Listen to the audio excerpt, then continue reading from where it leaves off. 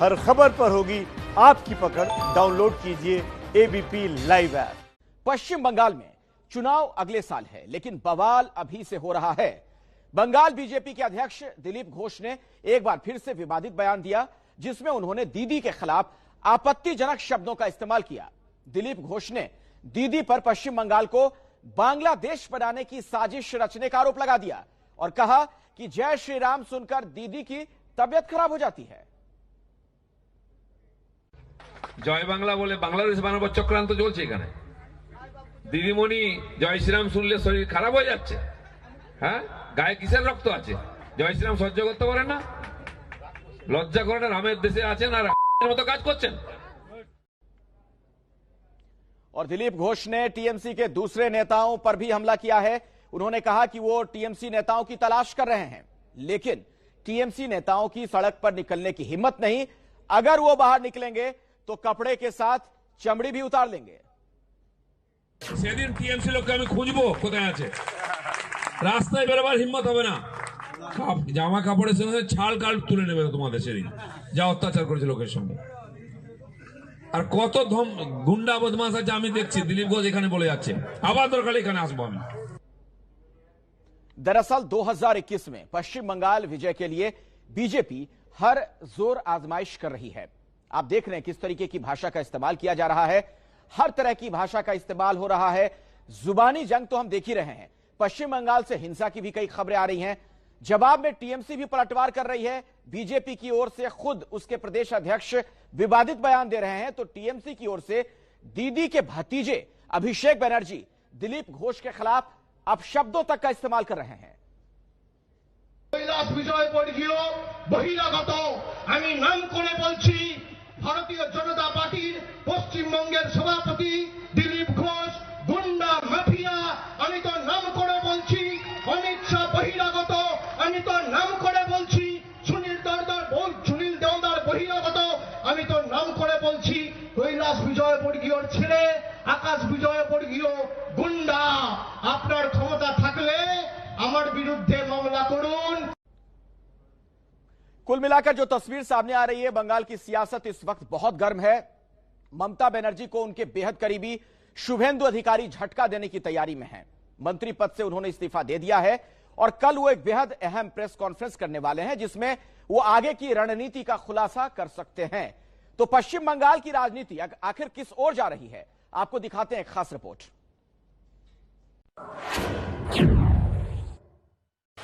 লড়াই লড়াই লড়াই চাই,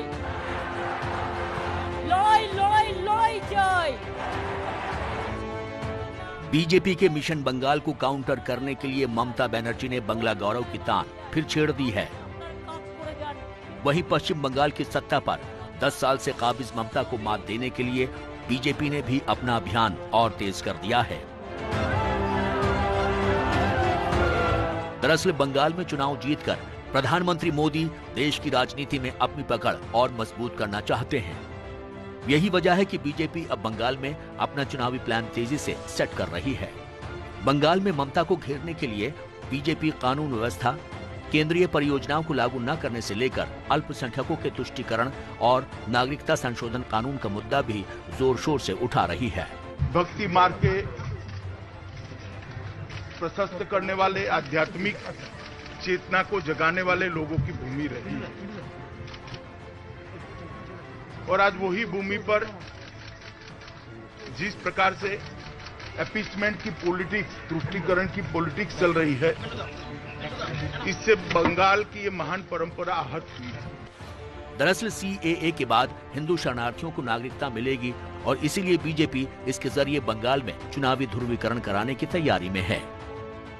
वहीं ममता बनर्जी की नजर पश्चिम बंगाल के उन 28% मुसलमानों पर है जो उनकी जीत में अहम भूमिका निभाते रहे हैं।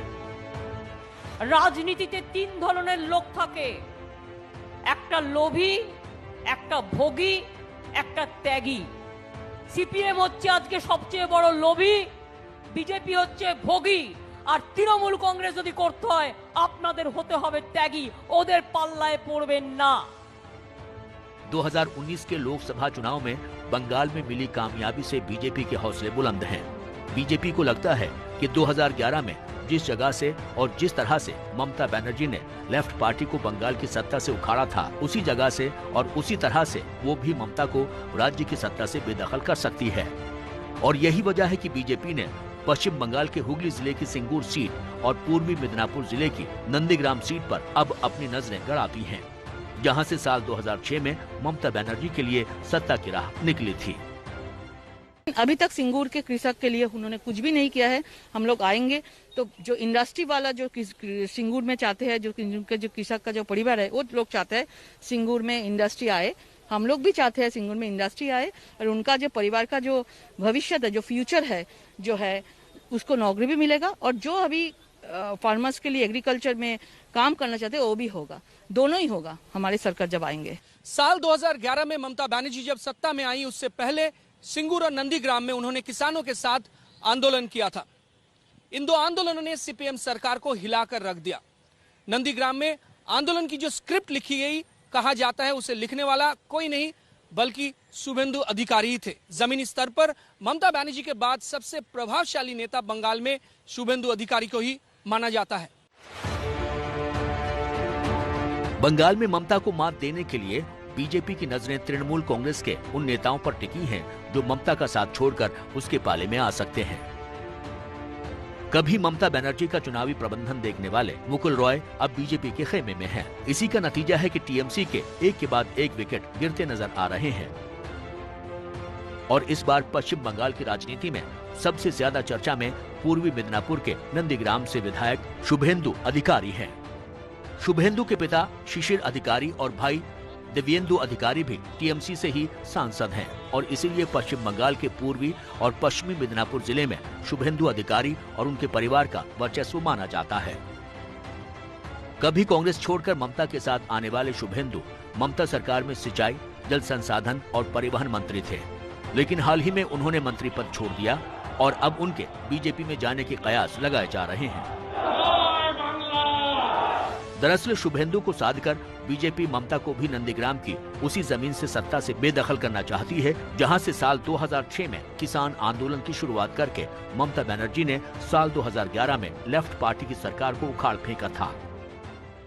आप ये बताइए, क्या आपको पता है, आप अखबार रेगुलरली पढ़ते हैं या फिर जो पॉलिटिकल यहाँ डेवलपमेंट हो रहा है, शुभेंदु अधिकारी ने जो इस्तीफा दे दिया है तृणमूल कांग्रेस से, क्या ये आपको पता है? हाँ पता है। हम लोग का दादा है ना, वो इधर रहेगा तो अच्छा रहेगा ना। हम लोग का इधर बहुत कुछ किया है, शुभेंदु इधर नहीं रहेगा तो हम लोग भी नहीं रहेगा। क्या किया उन्होंने, क्या अच्छा किया यहाँ? सब कुछ, सड़क फड़क सब अच्छा किया है। अब मतलब तुम्हारा जो खेती के लिए प्रॉब्लम था वो भी ठीक कर दिया। नंदीग्राम की इसी जमीन से बंगाल की राजनीति में ममता की तृणमूल कांग्रेस के लिए सत्ता का रास्ता निकला था। दरअसल यहाँ इंडोनेशिया के सलीम ग्रुप की एक केमिकल हब के लिए किसानों की जमीन का लेफ्ट पार्टी की सरकार ने अधिग्रहण किया था, जिसके खिलाफ टीएमसी ने आंदोलन किया और यहाँ साल 2007 में जमकर हिंसा हुई थी। 14 मार्च 2007 को नंदीग्राम में पुलिस की फायरिंग में 14 ग्रामीण मारे गए थे और इसके बाद भी यहाँ 2 साल तक हिंसा का दौर चलता रहा था। मेरे पीछे है नंदीग्राम और सामने खेजूरी। फिलहाल मैं खड़ा हूँ पूर्वी मेदिनीपुर जिला में। 14 मार्च 2007 ये जो ब्रिज है, तेखाली ब्रिज, यहीं से बदल गई थी बंगाल की राजनीति का इतिहास। साल 2011 में ममता पश्चिम बंगाल की मुख्यमंत्री बनी थी, लेकिन तब और आज के नंदीग्राम में बड़ा फर्क आ चुका है। दरअसल नंदीग्राम में किसानों को भारी दिक्कतों का सामना करना पड़ता है, क्योंकि यहाँ की हल्दी नदी से जो पानी इस इलाके में आता है वो खारा होता है। जल संसाधन और सिंचाई मंत्री रहते हुए शुभेंदु अधिकारी ने किसानों की मदद के लिए मीठे पानी की एक सिंचाई नहर बनाई, जिससे यहाँ के लोग अब खुश हैं। नंदीग्राम में शुभेंदु अधिकारी ने और भी कई काम करवाए हैं और शायद यही वजह है कि यहाँ के ज्यादातर लोग शुभेंदु को ही अपना समर्थन देने के लिए फिर तैयार हैं।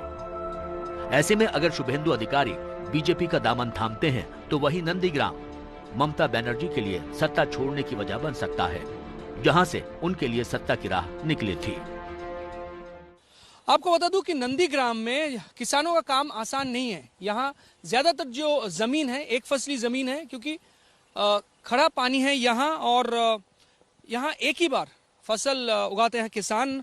अब चलिए उनसे बात करते हैं कि क्या वो इस साल चुनाव से पहले क्या सोच रहे हैं। वो सब कुछ दादा के लिए, दादा से मुसीबत है, खेत पे तो सब बिखर जाता है। दादा के लिए अभी चासबास, खेत पे चासबास हो रहा है।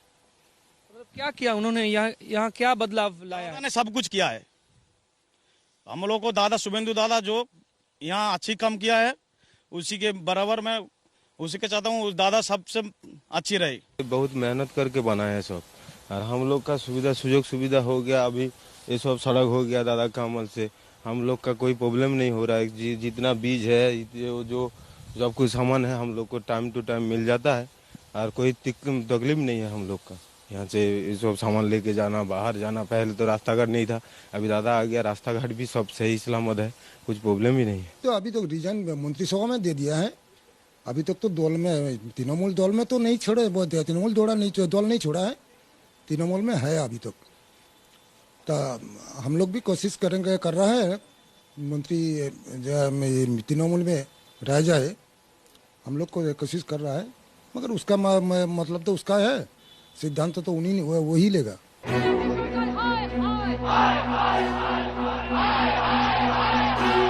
करीब 14 साल पहले नंदीग्राम और सिंगूर में जो दो किसान आंदोलन हुए थे, उन्होंने बंगाल की राजनीति का इतिहास बदल कर रख दिया था।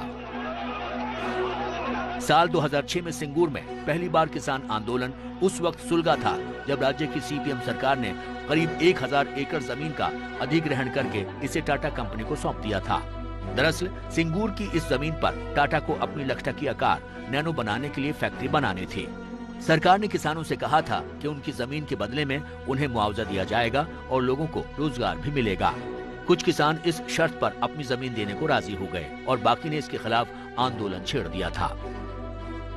किसानों का ये आंदोलन करीब 2 साल तक चला और इसमें टीएमसी की ममता बनर्जी भी शामिल हो गई थी, जिस वजह से इसमें मेधा पाटकर समेत कई समाज सेवी और बंगाल का बुद्धिजीवी समाज भी आ जुड़ा था।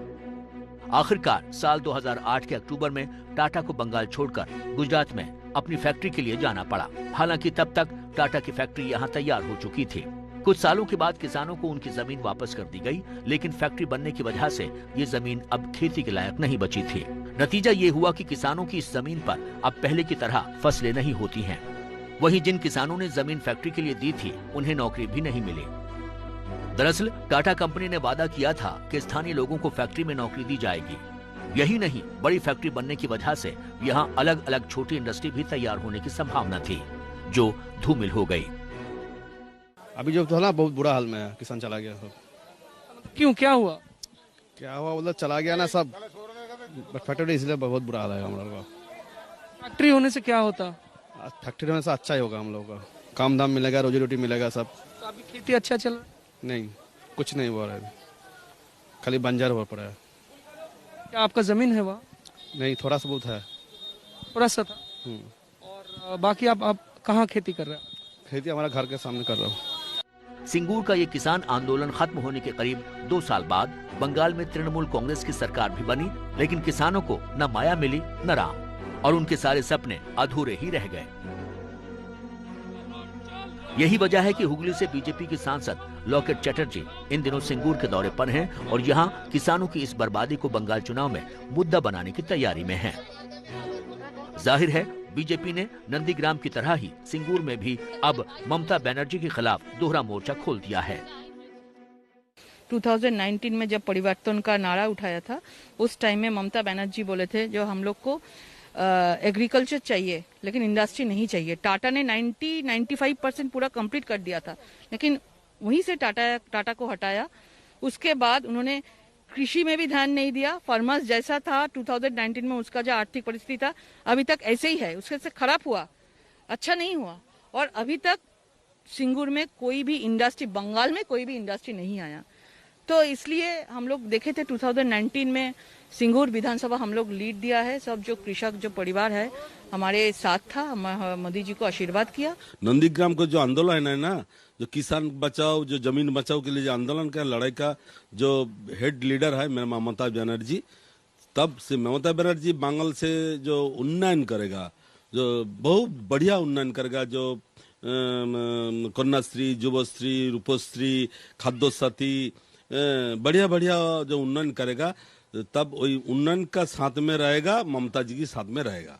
जो शुभेंदु जाएगा वो उनका इंडिविजुअल शर्त में जाएगा और उनका साथ में वो जाएगा, तो मेरे तो उनका साथ में नहीं जाएंगे। मेरा तो शर्त नहीं है, मेरा तृणमूल का जो गड़ाएगा तृणमूल में रहेगा। जाहिर है कि बीजेपी की नजरें अब सिंगूर और नंदीग्राम पर क्यों टिकी हैं, लेकिन बीजेपी के इस चुनावी मास्टर प्लान को काउंटर करने के लिए ममता बनर्जी भी कमर कसकर तैयार हैं। 7 नवंबर को वो मिदनापुर में एक बड़ी रैली करने वाली हैं। उन्हें उम्मीद है कि मंत्री पद से इस्तीफा देने वाले शुभेंदु अधिकारी उनका साथ नहीं छोड़ेंगे।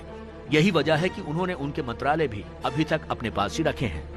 लेकिन जानकारों का मानना है कि इस बार शुभेंदु की तृणमूल कांग्रेस में बने रहने की संभावना कम ही है और यही वजह है कि बीजेपी ने अब नंदीग्राम में पर्दे के पीछे से मिशन शुभेंदु तेज कर दिया है, ताकि शुभेंदु अधिकारी को अपने पाले में लाकर ढहा सके ममता का ये मजबूत गढ़।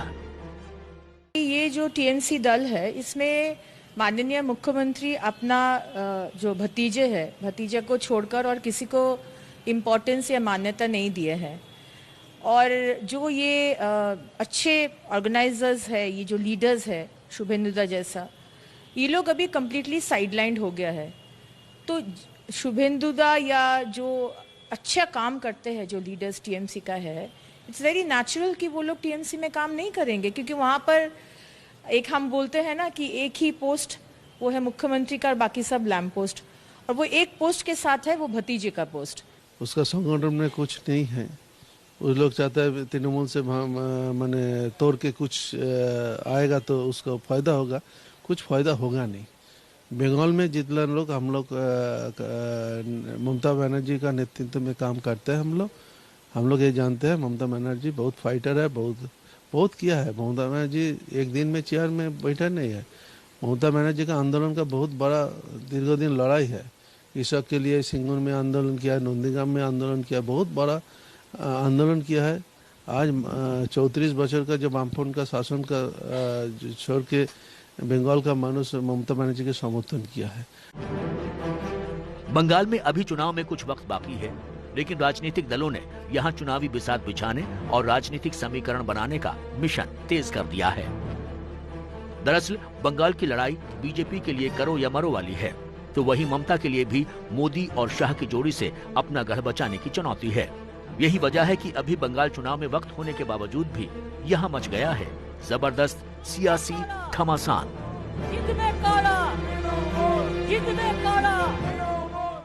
बंगाल के खेत, हरियाली और नदियों के साथ ऐसे ही अगले विधानसभा चुनाव तक जारी रहेगा एबीपी न्यूज का सफर। कैमरामैन आदर्श नायर के साथ कुंतल चक्रवर्ती, एबीपी न्यूज, नंदीग्राम।